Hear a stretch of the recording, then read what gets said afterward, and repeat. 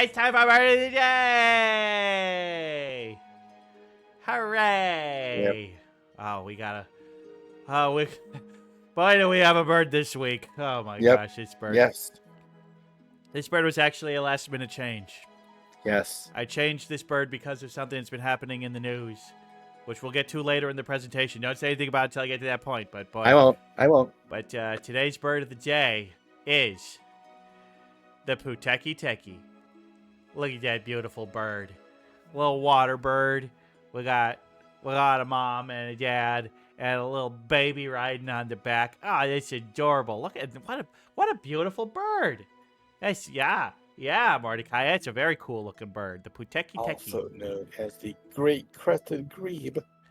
Well, yes, we'll get right on to the next thing because now, okay, so the great crested grebe is a species of bird, but the Puteketeke specifically is the Australasian crested grebe, which is a subspecies.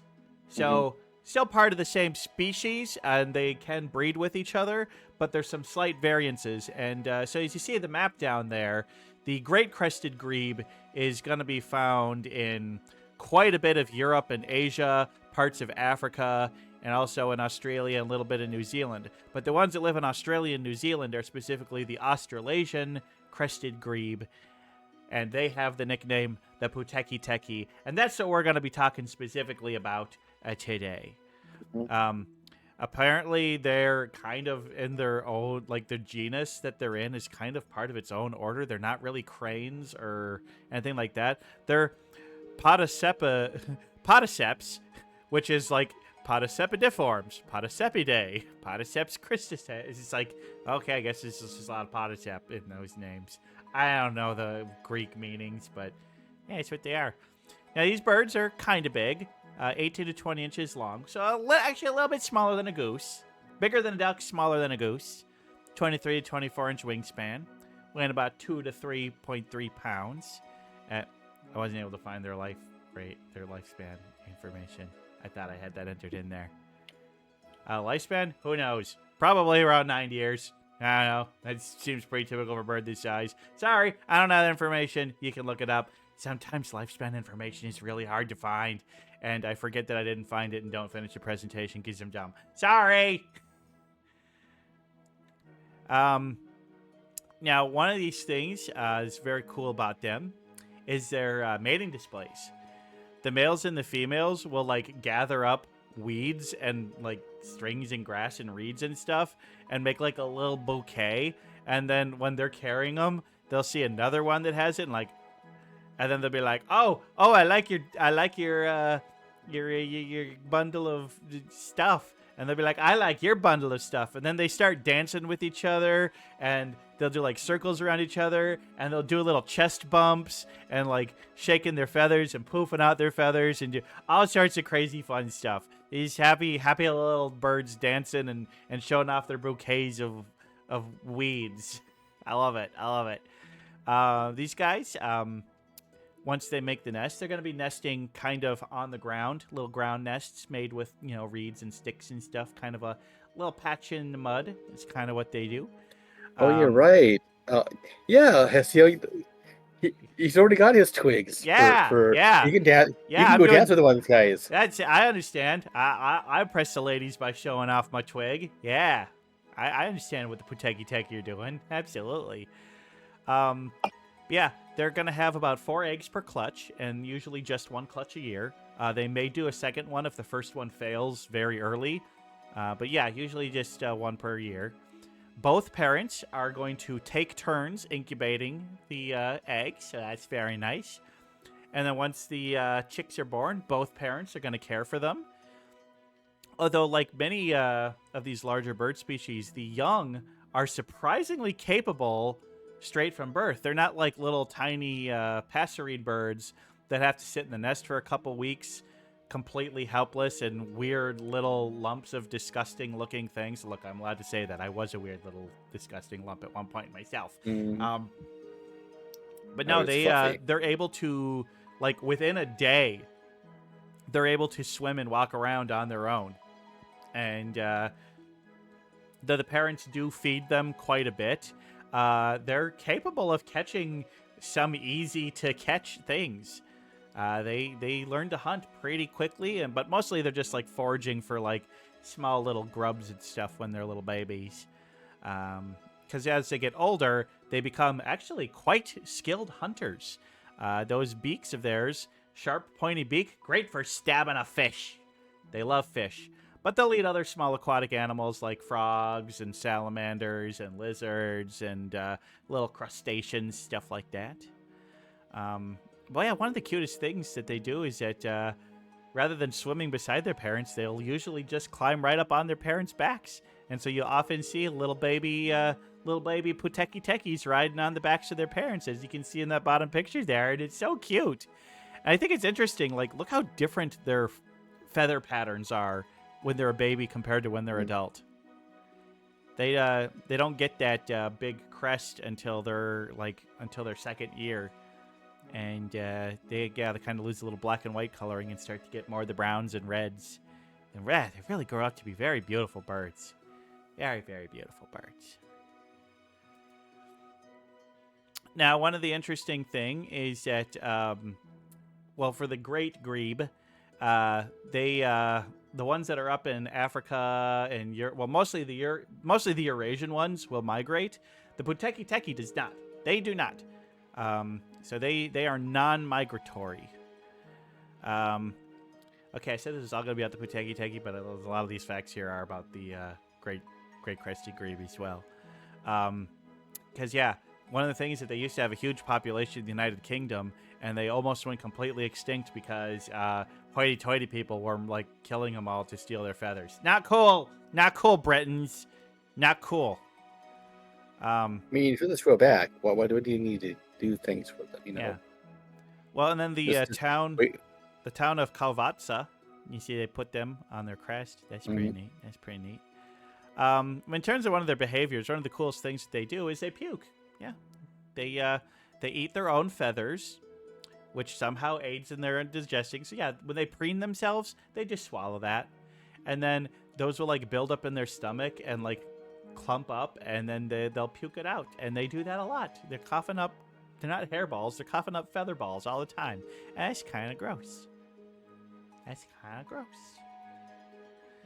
And then, in 1914, one of the first big ornithological works ever done was The Courtship Habits of the Great Crested Grebe by Julian Huxley. Was really one of the big, full, in-depth ornithological studies ever done. And they were the subject of it. That's kind of cool. Yeah. I see what they do with the grebe. They put a crest on a crest. Yeah. Oh, my God. That's brilliant. That's brilliant. But, of course, you may be wondering, well, what happened in the news? Why were these about the news? Well,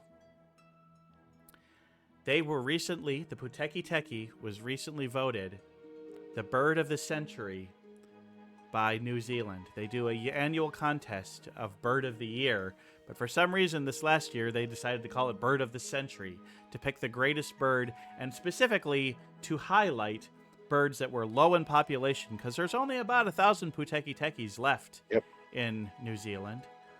And they decided to disqualify the kakapo because it had won too many times in the past. Well, somebody decided that there should be a new champion, and they ended up winning. But of course, there's been a bit of controversy because of who it was and how it was done. For you see, the Puteketeke had a campaign manager, and that campaign manager was the host of Last Night Tonight, John Oliver. And John Oliver spent thousands and thousands, if not millions of dollars, to have a global campaign to have people vote for the Puteketeke. Here you can see a billboard that was put up in Manitowoc, Wisconsin. But there was also billboards and ads on the streets in Tokyo, London, like Mexico City, like literally across the entire goddamn world. Because as it turns out, the system for voting, all you needed to have was a valid email address. Yep. And that was it. And once your email address was validated, you could have a vote. And so you didn't have to be a resident of New Zealand to vote in this. And, well, thanks to what some are saying election interference, the Puteketeke won by a goddamn landslide. Like, it wasn't even close. Like, something like over 90% of the vote went to the Puteketeke. Yeah, people were talking about the kiwi, people were talking about a couple other birds, but they said nope. And then they were like, eventually they said, okay, congratulations, you did it, you know. Yeah. Yeah. I mean, they could have went in and said, we're gonna disqualify these. Yeah. But well, the Kakapo was disqualified because it won too many times in the past. And one of the things that John Oliver was saying, it's just like, oh, so you can't win because you're too good and too important? That's crap. And, well, I mean, the Puteketeke is he picked a great bird. Yeah. I gotta go with it. The bird he picked, he's a pretty good one. But, yeah, I highly recommend, Puteketeke, 209,000 votes. The runner-up was 12,000 votes. That's crazy. Yeah. Hey, yeah. Rena. But yeah, if you want to know more about this, just look up John Oliver Puteketeke. You can watch the segment on was it last night tonight or something? Or last night tonight. Yeah, something like that. Yeah, you go on YouTube. The clips are on there. He did a great interview on Jimmy Fallon about it. It was just quite the campaign. And by saying great interview, I mean the interview itself was okay, but John Oliver was dressed in a full-size Puteketeke costume the whole time, and it was an amazing costume. You just got to see it just for the costume. Wow. They had like a gigantic animatronic Puteketeke in their studio on the episode they did, and the whole thing is great. And so that, because the vote ended within this last week, I had to make the Puteketeke my bird of the day while he was still relevant in the news. But I mean, that all aside, what are my thoughts on it? You know what? For a water bird, I don't really have much negative to say. Usually water birds are total trash, but these guys, I mean, they're adorable. Look at that picture. That's adorable. Little baby hanging out with mom or dad there. That's just so cute. And yeah, because there are a lot of water birds that are just not nice birds. Yeah. To other birds and species around them. But these guys, I couldn't find anything. Yeah, these guys are lovable. They're beautiful. They're good hunters. They're great family birds. I mean, they got good community because they do live in flocks together. They help each other out. I mean, for a bird that lives in the water, I don't really got anything negative to say about these guys. High-ranking water bird. Good job, guys. You did it. You did it. And the name is just so fun to say. Puteketeke. Puteketeke. Puteketeke. I wish they had made that version of it for the Wingspan board and card game. Oh, specifically the Puteketeke, the great crested grebe. Yeah, great crested. Specifically the Australasian crested grebe. Yeah, because they could have added it to the Oceania expansion, but I guess they brought it in with the European. They brought it in with the Europeans. I guess that's. Yeah, I'd like to see that. I'm looking forward to the South American and African expansions whenever they come out. Oh, I'm sure there's no coming because I was waiting for Oceania to hit in Steam. That's going to happen December 6th.